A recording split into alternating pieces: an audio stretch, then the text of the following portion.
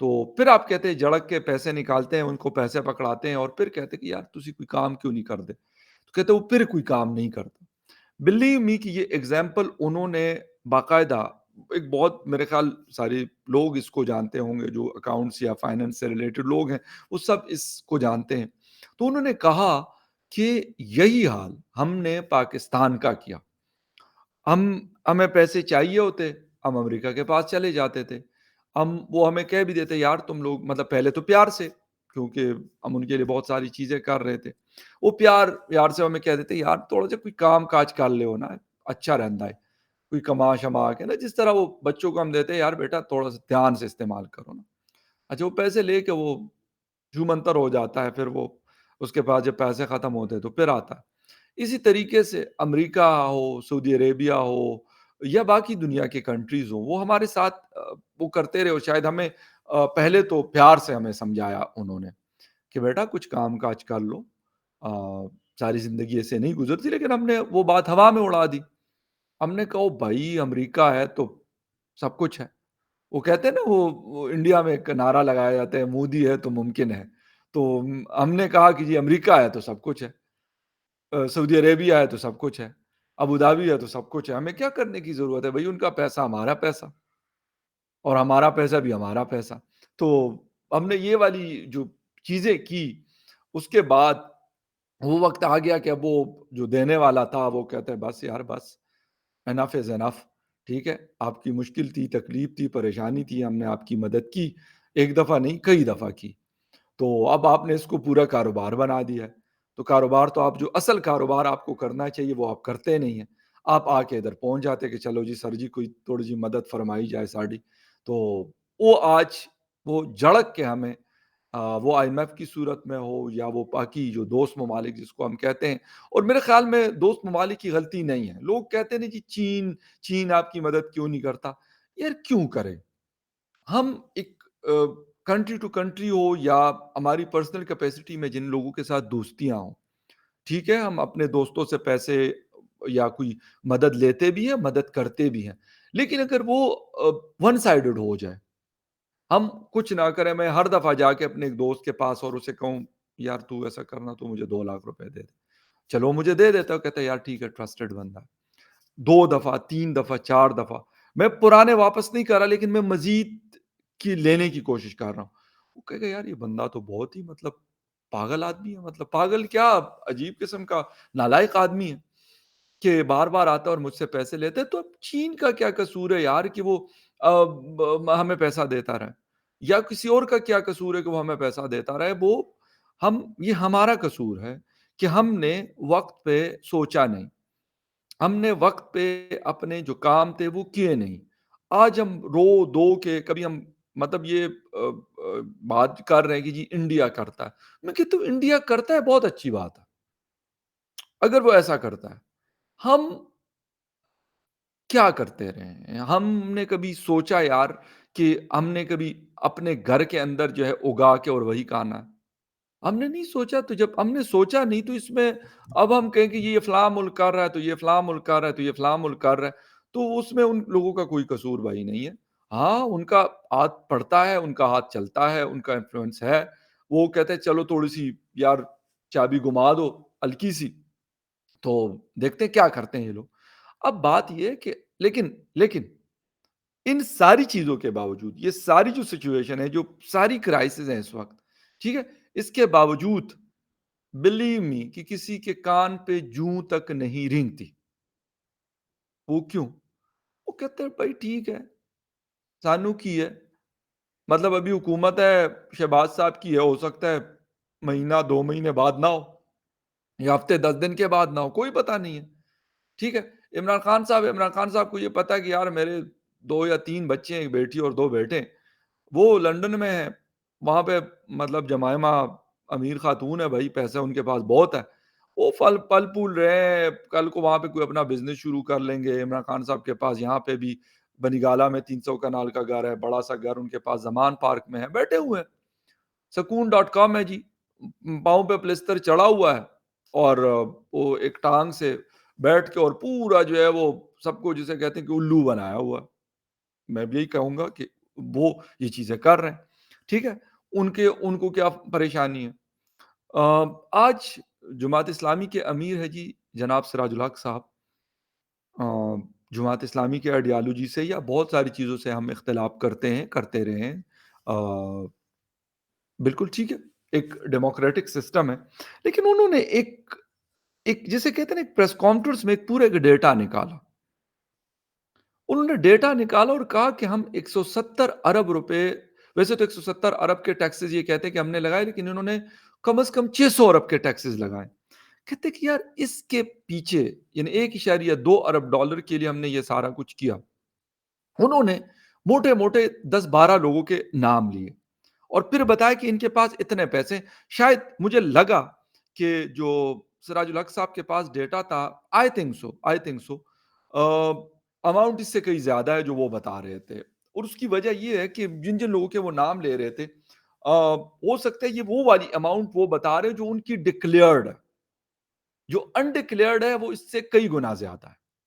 تو اب ان کے لیے وہ کہتے ہیں کہ وہ کوئی 4,000 ارب سے زیادہ بنتا ہے۔ 4,000 ارب، ٹھیک ہے روپے میں ہے، لیکن یہ بھی ایک بہت بڑی ہیوج اماؤنٹ ہے۔ اب پاکستان کا جو ٹوٹل بجٹ پچھلے سال کا آیا تھا، دیٹ واز 7,800 یا 8,000 ارب کا تھا۔ یعنی پاکستان کے جو آدھے بجٹ کے پیسے ان لوگوں کے پاس ہیں۔ کسی کے پاس 5 ارب ڈالر ہے، کسی کے پاس 10 ارب ڈالر ہے، کسی کے پاس 8 ارب ڈالر ہے۔ یہ پاکستان کی جو ڈکلیئرڈ لوگوں کی بتا رہے ہیں، لیکن اس میں سے پولیٹیکل لوگ بھی ہیں، ان میں سے ہمارے جرنلز بھی ہیں، ان میں سے ہمارے جوڈیشری کے ریٹائرڈ لوگ بھی ہیں، ان میں سے ہمارے پولیٹیشنز بھی ہیں، یہ سب لوگ، اور ہاں اس میں سے ہمارے بزنس کمیونٹی کے لوگ بھی۔ لیکن نہیں، ایسا نہیں ہے۔ وہ کہتے ہیں نہیں یار، ہم نے کمایا تو ہے لیکن لگانا تو نہیں ہے نا، لگانا تو کہیں ہم نے اور ہے۔ اچھا، اس کے ساتھ ساتھ چین کے فارن آفس کا ایک سٹیٹمنٹ آیا کہ جی جو ادھار دیتے ہیں، جو لون دیتے ہیں ان کنٹریز کو، پاکستان کی جو اکنامک کرائسس ہے اس میں ان کو ہیلپ کرنی چاہیے، پاکستان کی مدد کرنی چاہیے پاکستان کی۔ ٹھیک ہے، ان کی بڑی مہربانی، لیکن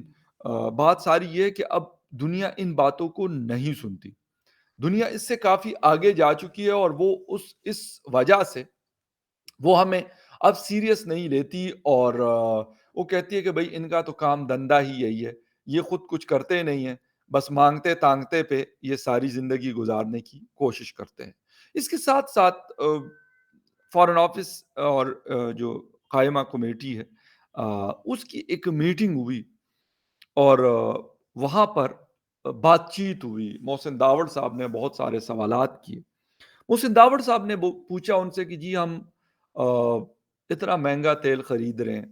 لیکن ہم ایران سے نہیں لیتے، ہندوستان خریدتا ہے، چین خریدتا ہے، جاپان خریدتا ہے۔ تو محسن داوڑ صاحب کو جو فارن سیکرٹری ہے، انہوں نے کہا کہ سر بات یہ ہے کہ وہ اس لیے خرید سکتے ہیں کہ وہ آئی ایم ایف سے قرضہ نہیں لیتے، وہ آئی ایم ایف سے لون نہیں لیتے۔ ہم چونکہ آئی ایم ایف سے لون لیتے ہیں، اس لیے ہمیں اس چیز کی اجازت نہیں ہے کہ ہم ایران سے کوئی کاروبار کر سکیں۔ یعنی ایک چیز، یعنی آپ یہ دیکھ لیں کہ ہمارے ساتھ ان کی دیوار لگتی ہے، ہندوستان کی دیوار لگتی ہے۔ چلو وہاں تو آپ کو آئی ایم ایف روکتا ہے، ٹھیک ہے، ہم ان سے قرض لیتے ہیں۔ ہندوستان کے ساتھ بھی کچھ لینے دینے سے آپ کو آئی ایم ایف روکتا ہے۔ افغانستان کے ساتھ جو چیزیں آپ کر سکتے ہیں، کوئلہ لے سکتے ہیں، اور بہت ساری ایسی چیزیں جو وہاں پہ بہتر ریٹ پہ مل سکتی ہے، اس پہ بھی آئی ایم ایف نے روکا ہے۔ پتہ نہیں مجھے کہ اس پہ بھی آئی ایم ایف نے کیا روک لگائی ہے۔ یعنی کچھ توڑے سے پیسوں کے لیے ہم ایک تو ذلیل ٹھکا کے ہو رہے ہیں، کوئی نہیں ہے مسئلہ، ٹھیک ہے۔ اس کے ساتھ ساتھ اس کے علاوہ جو ہے، اس کے علاوہ جو مسئلہ ہے وہ یہ ہے کہ پھر آپ کسی کے ساتھ ٹریڈ بھی نہیں کر سکتے۔ پھر ہم کہتے ہیں جی ہم تو بڑے ایک جیسے کہتے ہیں کہ کیا کہتے ہیں، ساورن کنٹری ہے جی، ہمارے پاس یہ کچھ ہے۔ آج میں کسی ایک ٹویٹر پہ دیکھ رہا تھا، کوئی خاتون تھی، تو انہوں نے یہ جو جاوید اختر صاحب آئے تھے، تو ان کے حوالے سے انہوں نے بات کی۔ ان کا ایک اور کلپ بھی جا رہا ہے کہ جی وہ کہتے ہیں کہ میں نے لاہور میں سلم ایریا نہیں دیکھا، اور وہاں پہ روڈز پہ مجھے کوئی اس طرح کا نہیں ملا۔ تو وہ اینکر ان کو کہتے ہیں کہ جی سر ایسا ہوا ہوگا کہ آپ کو ایسے علاقوں سے گزارا گیا ہوگا کہ وہاں پہ نہیں ہوتا ہوگا یہ سارا کچھ۔ تو انہوں نے کہا نہیں ایسا نہیں ہے، ممبئی میں رہتا ہوں، تو یہاں پہ آپ جدھر مرضی اپنے گیسٹ کو لے جائے، لیکن کہیں نہ کہیں آپ کو یہ دکھتا ہے۔ تو انہوں نے لکھا کہ جی ہندوستان کی جو پاورٹی ہے بہت زیادہ ہے، بہت زیادہ غربت ہے، لوگوں کے پاس واش رومز کی فیسلٹی نہیں ہے، اور پتہ نہیں بہت ایک لمبی تقریر لکھی تھی۔ تو میں نے کہا کہ بھائی ان کے پاس جو آپ بتا رہی ہیں اس میں کتنی حقیقت ہے اور کتنی نہیں ہے، لیکن ان کے پاس 600 ارب ڈالر ہیں جو ہمارے پاس نہیں ہے، ان کے پاس جسے کہتے ہیں کہ دنیا کے پانچویں بڑی اکانومی ہے جو ہمارے پاس نہیں ہے، ان کے پاس شاید دوسرا یا تیسرا بڑا ریلوے نیٹ ورک ہے جو ہمارے پاس نہیں ہے، ان کے پاس بہت ہائیلی ایجوکیٹڈ لوگ اور اس کلاس کے لوگ ہیں کہ جو پوری دنیا میں مختلف آرگنائزیشنز میں جا کے وہاں کے سی اوز لگتے ہیں جو ہمارے پاس نہیں ہے، ٹھیک ہے۔ ہم آئی ایم ایف کے سامنے ناک رگڑ رگڑ کر وہ ہمیں پیسے نہیں دیتے، لیکن وہ پوری اپنی جو 47 سے لے کے 2023 تک صرف ایک دفعہ آئی ایم ایف کے پاس گئے ہیں۔ ان کے ملک میں کچھ بھی نہیں ہے، لیکن ان کے ملک میں ڈکٹیٹر نہیں آ سکتے، ان کے ہاں کچھ نہیں ہے لیکن ان کے ہاں کانسٹیٹیوشن کو کوئی وائلیٹ نہیں کر سکتا، ان کے ہاں کچھ بھی نہیں ہے لیکن کسی جنرل صاحب کی مجال نہیں ہے کہ وہ جا کے کسی پرائم منسٹر کو جو ہے آنکھیں دکھا سکے، ان کے پاس کچھ نہیں ہے لیکن ان کی جو فورن پالیسی ہے وہ اپنے ضروریات کے مطابق وہ بناتے ہیں اور وہ فیصلے کرتے جو ان کو لگتا ہے کہ یار ہمیں اس سے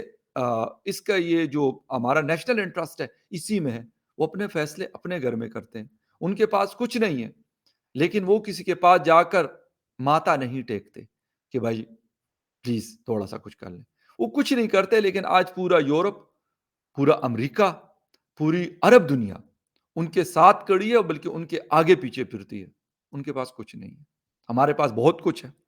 ہمارے پاس بہت کچھ ہے لیکن اس کے باوجود جنرل مبین صاحب کہتے ہیں کہ بھائی ہم نے آپ کا پاکستان نہیں لینا کیونکہ یہاں تک قرضوں میں ڈوبا ہوا ہے، اور روز کوئی نہ کوئی ان کی ویڈیوز آتی ہیں اور وہ بتاتے ہیں وہ ملک، اس ملک کا باشندہ جہاں پہ 50 سال سے جنگ ہے، یہ اس ملک کا ایک آدمی بتاتا ہے، ٹھیک ہے۔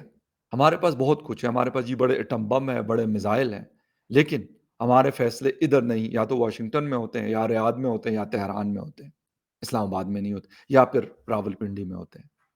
ہمارے پاس بہت کچھ ہے لیکن ہماری کانسٹیٹیوشن کی وائلیشن بار بار ہوتی ہے، ہمارے پاس بہت کچھ ہے لیکن ہمارے سوسائٹی کے اندر ایک ایکسٹریم موجود ہے، ہمارے پاس بہت کچھ ہے،